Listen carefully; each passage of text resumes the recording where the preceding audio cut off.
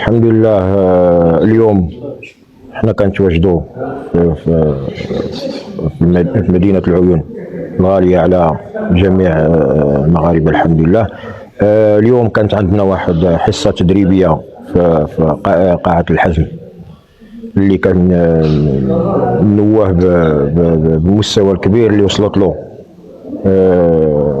البنية التحتية للمدينة هذه، واللي هذه اللي ثاني مرة كنجيو ليلة باش كنلعبوا هذه النهاية هذه من بعد 2022 2023 اللي كنا الحمد لله توجنا في هذه القاعة نيت بكأس العرش الغالية، واللي الحمد لله كنشوفوا بأن المستوى الكبير اللي وصلت له هذه المنشآت الرياضية لهذه المدينة هذه اللي بقات كتوازي المدن الكبرى العالمية إن شاء الله.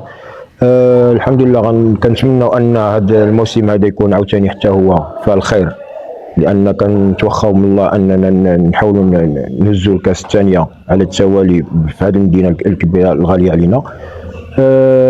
الاجواء ديال التدريب اللي كانت اليوم كانت في مستوى اللي كان نطمحوا فيه ان شاء الله نبانوا به في اللقاء ديال الغد ان شاء الله ضد نادي علم طنجة.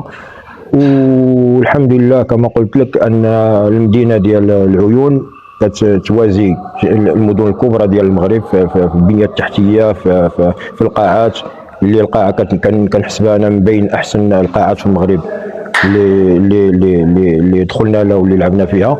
وان شاء الله غادي تشوفوا هذا الكلام هذا اللي قلت انا غادي تشوفوا ان شاء الله غدا ان شاء الله ملي غادي نكونوا في النصف النهائي، وكنتمنى من الله اننا نمروا اللقاء ديال الغد في المستوى اللي كنتمنى من اللاعبين يكونوا في اليوم ديالهم في الموعد.